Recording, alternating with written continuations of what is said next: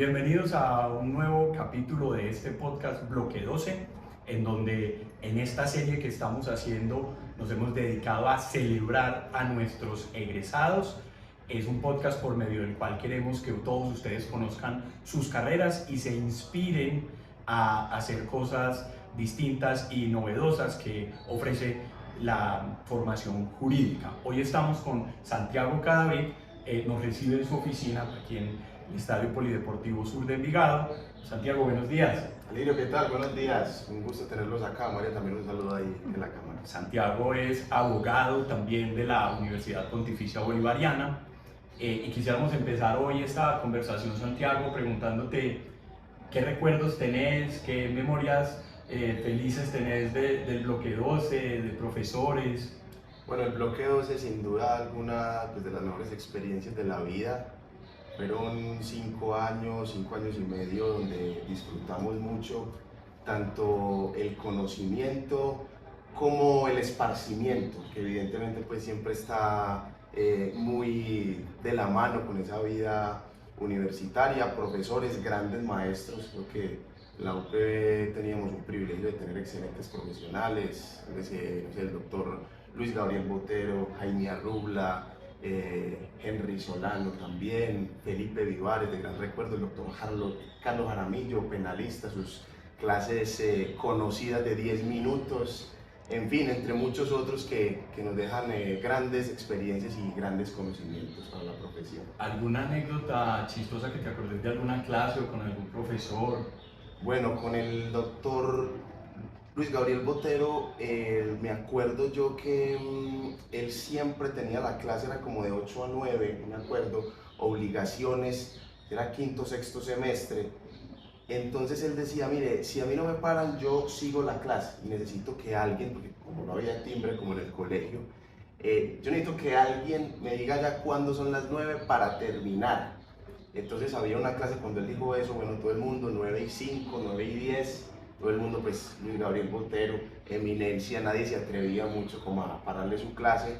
Y yo dije, pues voy a ser el valiente acá. Entonces, doctor, ya son las 9 y 5, entonces listo, pero usted queda encargado siempre de pararme la clase, y así quedé como la persona que terminaba esa hora, entre muchas otras anécdotas, pero esa siempre la recuerdo bien, me dijo cosas. Qué maravilla.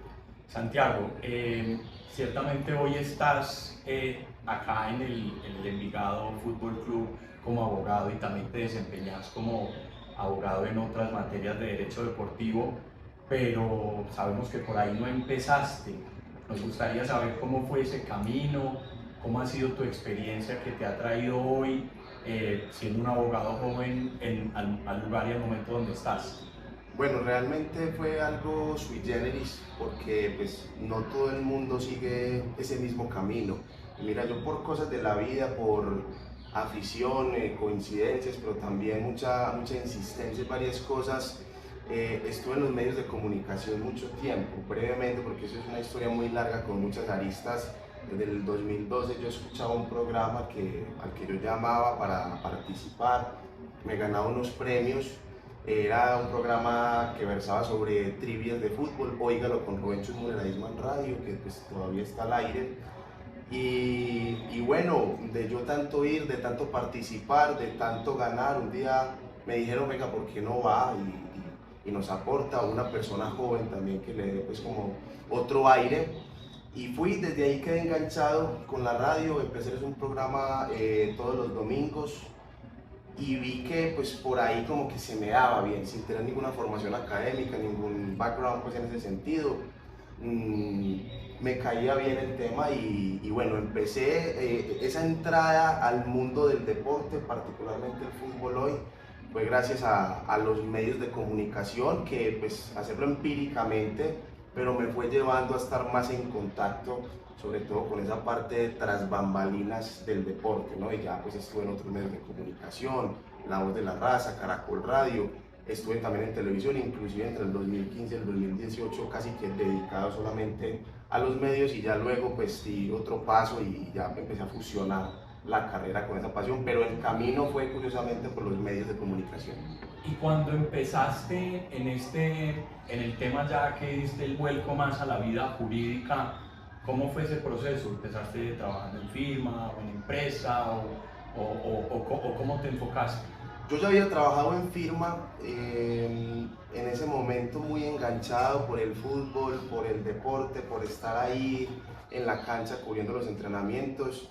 No me apasionó precisamente esa modalidad de ejercer la profesión.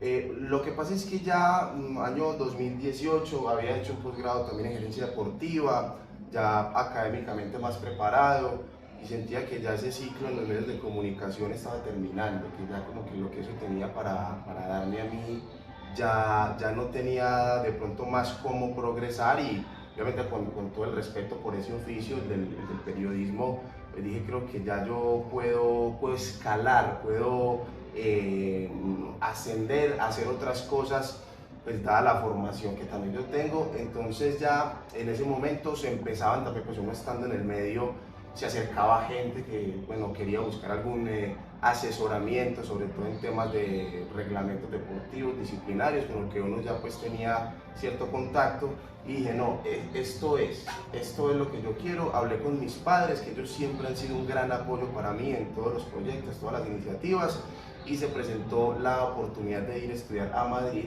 a la Universidad Europea, a hacer el máster en Derecho Deportivo. Esto te estoy hablando de octubre del 2018. Entonces estuve un año allá, y ese sí fue pues como la decisión para ya decir, mire, ya tengo una experiencia, tengo unos contactos, un conocimiento, uno que voy a aprender, este es el momento de ya que todo vaya por ese mismo camino. Entonces fue más o menos ahí cuando dije, por ahí es.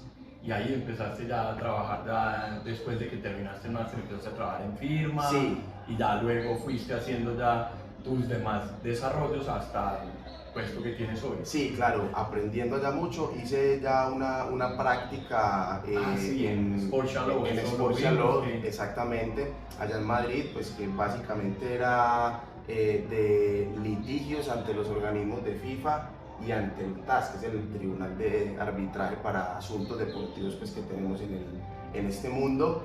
Y pues ya de ahí volví a Colombia, octubre del 2019, pues con mucha experiencia, ya más conocimientos desde lo práctico, y empecé a buscar desde abajo, porque eso no es que ya uno hizo el máster, entonces aterriza y en el aeropuerto están todos los clientes esperándolo a uno, no, nada que ver. Volví al trabajo de firma, empezar a hacer otras cosas, ahí digamos que recuperé un poco o mucho, porque la tuve un poquito ahí como en stand-by, la abogacía. Digamos que ya ahí en ese momento, como que esos años que no estuve activo, pues en muy poco tiempo, por la práctica de firmas, por el litigio, por todo, me volví a meter pues como en sintonía con todo esto. Genial. Hablaste de esa experiencia en el exterior antes de que pasemos a otras preguntas ya un poquito más enfocadas en el tema del derecho deportivo. Me gustaría conocer que nuestros estudiantes siempre son muy curiosos de no solo ir a estudiar en el exterior, que ya nos contaste que fue una experiencia maravillosa, sino qué es trabajar en el exterior, qué fue lo que más te marcó de esa experiencia que tuviste ya en Sportshare. No, pues a ver, sobre todo por el contexto, es una experiencia que lo fortalece a uno mucho como ser humano. Pues yo estaba solo, con los recursos pues apenas como para el sostenimiento. Entonces desde la disciplina no solo profesional sino personal fue un gran entrenamiento, conocer otra cultura, otras culturas también, pues por la gente, interactuar con personas de muchos países, interactuar también con clientes con normativa de muchos otros países, porque pues por ejemplo allá desde lo profesional veíamos, no sé, casos contra clubes de Rumania, de Turquía, no sé, cosas así. Entonces fue también un reto en generar como esa adaptabilidad, esa capacidad que debemos tener los abogados, pero sobre todo en este mundo de enfrentarnos a distintos órdenes y órdenes jurídicos. Entonces desde ahí fue también como tener un panorama muy claro de lo que es ese litigio y ese ejercicio internacional, que es muy apasionante, que hay mucha gente que lo ve hasta como un poquito farándula, sí, pero que es muy exigente también desde el punto de vista del rigor. Ahí es una de las preguntas que yo siempre me hacía, y era cuando estábamos preparando esta entrevista era un abogado deportivo como tú, que tiene todo este rodaje y demás, puede trabajar con su tarjeta profesional colombiana en cualquier lado y ante cualquier organismo, tengo entendido. Sí, sí, sí, mira, lo que pasa es que esto lo podemos dividir en dos, es decir, Sí. lo que es deportivo puramente, Sí, ahí ya claro, que es. que ahí es donde hablamos de lo de internacional, en ese momento FIFA, Tribunal del Fútbol, pues que no es tanta la exigencia formal, ¿no? Como Okay. para el derecho de postulación no tiene tanto rigor como aquí. Digamos, ante FIFA, el TAS, pues ni siquiera tienes que mostrar tu tarjeta profesional, pues como que se presume, obviamente tú en el poder siempre pones tarjeta profesional de tal país, pero FIFA pues no es que vaya más allá, para otorgar el poder no hay una formalidad especial. Igual en el TAS, de hecho en teoría en el TAS podrías no ser abogado para representar a alguien, obviamente casi todos somos abogados los que intervenimos allá. Pero obviamente, pues eso es litigio internacional, Claro, en ese claro, mundo. claro. Pero no es eso lo único que uno Sí, hace, o sea, acá sí. nos tenemos que entender con los Sí, juzgados, con el total. del proceso, con todo, y para eso sí, en el ámbito local, la tarjeta profesional es imprescindible. Para los que nos están viendo y nos están escuchando y no lo saben, el TAS es el Tribunal de Arbitramiento Deportivo, que por sus siglas en inglés es Tribunal of Arbitration of Sports. Sí, el TAS es en francés, Okay. en inglés es Court of Arbitration Court of for Sport, Arbitration CAS, for Sport, sí. CAS. Okay. Y en español es Esa TAC, una... sí, que ya el español es idioma oficial desde hace unos años, entonces el TAC, pero se le conoce TAS, CAS. Ok, listo. Venías hablando y hiciste una entrada como a esta pregunta que tengo, y es, claro, la gente generalmente asocia el derecho deportivo con el entretenimiento, y hoy por hoy no podemos desconocer que las figuras deportivas son modelos a seguir para muchos jóvenes, adultos, y el deporte se ha vuelto como también un gran motivador de elecciones. Entonces, mi pregunta era, bueno, uno, ¿cómo ves? Porque la gente cree que ser arbitraje deportivo es, como tú lo decías, muy cool, y cree que no hay que, pues, también jugársela toda y perseguir y trabajar y moverse. Y en este mismo bloque de preguntitas, que nos explicaras esa diferencia que existe o cómo enmarcamos conceptualmente el derecho deportivo, porque ¿qué entendemos que hay? Claro, hay unas obligaciones contractuales, laborales, civiles, que se le aplican a las relaciones del ámbito deportivo, pero también entendemos que hay otras disciplinas que son propiamente, como son las reglas del fútbol, que se juega en una cancha de 90 por tanto, que solo son 11 jugadores, que no pueden meter la mano dentro del área. Entonces, que le contéis a quienes nos están oyendo, primero esa aproximación, y segundo, como esa diferencia conceptual. Voy a empezar por eso último porque es importante. Entonces, digamos que, y así lo conceptualizo pues cuando puedo dar clase y demás, una cosa es el derecho deportivo como en términos generales, ¿no? Y yo le aplico como dos vertientes a eso, lo que es deportivo, digamos puramente o en sentido estricto, que es como lo que nace de las mismas organizaciones deportivas para regular su funcionamiento. Entonces ahí tenemos las reglas del fútbol o las reglas de juego, bueno, cómo se practican, equipos, cuántos deportistas son, cómo se gana, en fin, todos los criterios para hacer también deporte. Temas de doping. Sí, también por ahí. Aunque eso tiene mucho impacto también en lo público, porque por ejemplo todo lo que es el dopaje se reconoce en los estados mediante tratados, en fin. Entonces, y ya normas de competición, las normas con las que se organiza una liga, todo el ámbito federativo. Entonces eso es lo puramente deportivo porque nace de organismos que normalmente son de origen privado, como las federaciones, las ligas, etc. Y ya luego tenemos lo que se llama el derecho aplicado al deporte, que ya todas las áreas o las ramas tradicionales del derecho, pues que tienen un impacto ya en el sector deportivo. Ahí entonces hablamos del derecho laboral, el derecho comercial, por ejemplo, aquí en el fútbol, un equipo como Envigado Fútbol Club, los equipos con excepción de dos, aquí en Colombia, por ejemplo, todos los profesionales son sociedades anónimas. Entonces, anónimas deportivas, que unas tipologías especiales, pues sí, ¿no? Una regla especial. Sí, digamos que acá no la tenemos legislada, pero son sociedades anónimas que obviamente tienen una particularidad porque se les aplican unas normas también deportivas, pero son sociedades, entonces no son ajenas a las necesidades de cualquier otra empresa. Las normas del Código de Comercio. El Código de Comercio, los temas contractuales, exactamente, absolutamente todo eso, el tema laboral, los temas tributarios, hasta con arrendamiento nos tenemos que meter aquí, bueno, un montón de cosas. Entonces, claro, ahí está eso, todo lo que es litigio, código general, en fin. Entonces, partiendo de eso, tenemos lo que es puramente deportivo y lo que se aplica al deporte. Entonces ya de ahí, pues para responder la otra inquietud que era más o menos por ahí, pues como lo que uno hace, entonces mira que toca hacer un poquito de todo, ¿no? Entenderse con eso, con esa especificidad, pero también tener una capacidad no de ser un abogado pues promiscuo, porque también es difícil, pero sí tener una capacidad de asimilación de muchas cosas, porque aquí hasta el administrativo, en fin, las normas que estructuran el deporte en Colombia, eso es administrativo, algo que me gustaba poco en la universidad, pero aquí me toca entenderme con eso. Entonces mira que es una labor hasta muy exigente, es entretenimiento si se consigue como industria, pero no para tomarlo de una manera light, no para tomarlo deportivamente. Claro, porque yo digo que el punto de contacto entre el deporte y el entretenimiento es porque los jugadores o los deportistas, porque no solo son futbolistas, los jugadores o los deportistas son figuras que también tienen sus derechos de imagen y entonces también ganan por sus derechos de imagen.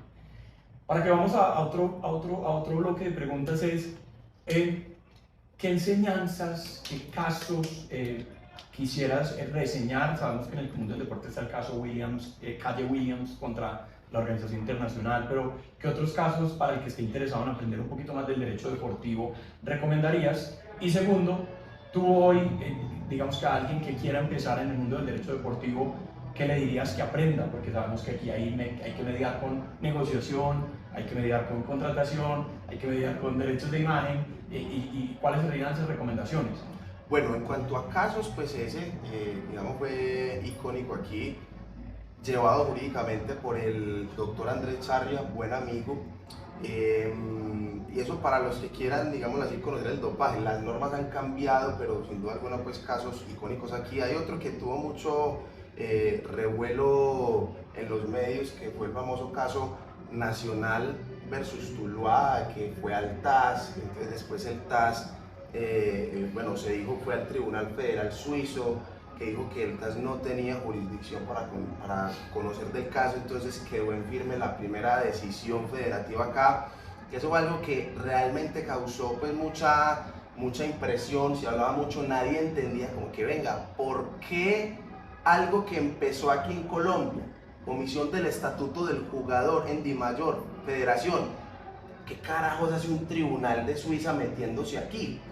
Y me parece muy importante porque eso permitió también que la gente, y ya conectando con lo segundo, es, venga, así es que funciona esto. O sea, nosotros tenemos también un sistema que está cimentado desde lo deportivo puramente en principios que vienen desde FIFA, para el caso del fútbol, por ejemplo, y el de muchas federaciones, porque casi todas las federaciones internacionales y los organismos deportivos internacionales tienen su sede en Suiza. Okay. ¿Eso qué significa? Aprender derecho suizo, o sea, claro, conocer también de la principialística suiza, de los contratos, de las organizaciones, porque eso, así estemos aquí en Colombia, de cierta manera nos va a tocar y tenemos que entender. Entonces ese fue un caso que fue muy ilustrativo por eso. Pero interesante. Entonces, si tuvieras la posibilidad de decirle a quienes están viendo cuáles son esas herramientas imprescindibles para desempeñarse, y ya vamos pues como terminando esta conversación. El inglés, definitivo, el conocimiento de las normas internacionales o saber armonizarlas junto con las normas locales, y por último, como tener la mente abierta para entender distintas temáticas y distintas disciplinas, porque entiendo que también hay que conocer de de muchas cosas, de boxeo, de fútbol, de natación, porque es el derecho deportivo. La gente conoce el fútbol porque es lo más común, pero en general. Para terminar, dos preguntas. Una, hoy algo te causa miedo o cuál para ti sientes que es tu mayor reto, porque eres un abogado joven con una carrera muy prometedora, pero ¿qué sientes? Y por último, ¿qué le dirías a todos los que nos están viendo para que se inspiren a seguir sacando adelante una carrera como la que tú has sacado en tu edad y que vas con un ascenso tan interesante y que lo reconocemos pues nosotros en la comunidad jurídica? Bueno, a ver, de lo que estabas comentando, no sé si el tema sea miedo o bueno, puede que sí, pero siempre cuesta manejar mucho el tema, no administrarla, sino siempre es una carga emocional, pues toda la responsabilidad, eso es de todos los abogados. Aquí trabajas con temas muy sensibles, en este caso pues tienes en tus hombros los intereses jurídicos de una empresa grande, entre otros clientes pues que también tenemos cuando trabajas en dopaje emocionalmente, porque tienes en tus manos la carrera de un futbolista que 2 años de suspensión, por ejemplo, pues pueden ser fatales, pueden ser el fin. Entonces como manejar esa responsabilidad, saber los intereses que te delega la gente a ti, pues es algo que emocionalmente es complejo, pero pues hace parte también del ejercicio profesional. Y digamos, sobre recomendaciones, pues no hay una, y es para estar en este sector. Este es un sector en el que hay mucho por hacer, especialmente aquí en Colombia. No voy a negar que es un mundo cerrado, no vas a encontrar las puertas abiertas de una para entrar, entonces es muy importante ser activo, tener los contactos. Para todos son importantes los contactos, pero en sectores como esto del fútbol, el deporte, el entretenimiento, sí necesitas más como esas anclas que te permitan entrar, porque no están dispuestas para todo el mundo. Y la gente que ya está ahí no es precisamente la que más le guste que entre gente nueva. Entonces hacerse un camino, no va a negar que es complicado, pero se hace siendo activo, conociendo gente, sin pena. O sea, hoy en día tenemos muchas maneras de llegarle a las personas. O sea, y de divulgar, si tienes un podcast sobre derecho y fútbol. Tenemos un podcast, exactamente, por ejemplo, con cosas de esas, publicar artículos. Escribir artículos. Hay una página que se llama uSport, que es un portal de temas legales deportivos, está en España, pero pues publica gente de todo el mundo, le puedes enviar un artículo, ellos te lo publican, nuevamente pues con unos mínimos estándares de interés, pero no sé, en todas las redes, analiza algo, es decir, hay muchas cosas para llegar y para hacerse notar. No podemos ser farándula, o el que quiera ser, pues yo lo respeto, no es propiamente el estilo, pero sí hay que hacerse ver, sí hay que hacerse notar, eso es importante aquí.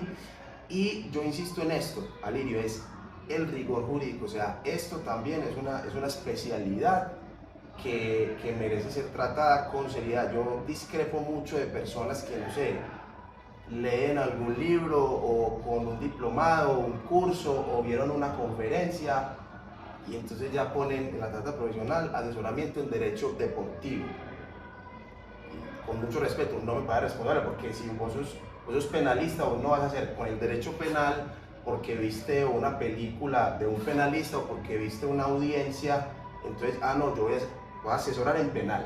Con eso no lo haces. Entonces acá también es lo mismo, es saber que esto tiene académicamente mucha profundidad y que se requiere para su ejercicio también mucho rigor. Eso sería una gran... Y lo del inglés, fundamental. O sea, cuanto más idiomas más, pero el inglés, porque en este mundo la jurisprudencia, las normas principales, es decir, los clientes, para abrirte ese ámbito internacional que lo puedes hacer con el inglés. Claro, porque los reglamentos FIFA están en inglés, que son complementarios a la normatividad. Son las versiones preferentes, hay varios idiomas, pero cuando en una parte dice una cosa, en otra, entonces el inglés prevalece. Entonces sí, eso sí es fundamental. Santiago, antes de cerrar, ¿nos faltó algún tema por tratar en esta conversación que estamos muy contentos de haberla tenido contigo? ¿Algo que quieras decir? No, pues hombre, muchas gracias a ustedes. Evidentemente se quedan varias cosas, esto es de muchas historias. Yo les agradezco mucho a ustedes pues tenerme en cuenta como un egresado que vale la pena reseñar, un honor para mí. Y no, agradecerle a todas las personas que me han acompañado en este camino, ellos saben quiénes son. una gratitud profunda para ellos. Hay una frase que me gusta mucho, es lo único que no es malo en exceso es la gratitud, y creo que es uno de los principios de vida que yo tengo, y así que no, y muchos éxitos de verdad para las personas que quieran o que tengan curiosidad o que vean esto como un camino profesional para seguir, a las órdenes también, a través de ustedes, el contacto, lo que necesiten, a disposición. Qué bonita palabra para cerrar, gratitud. Muchas gracias a todos los que nos vieron en esta nueva emisión del podcast Bloque 12. Yo soy Alirio Giraldo Aristizábal y en la producción participaba María Luisa Londoño. Nos vemos en un próximo capítulo. Muchas gracias.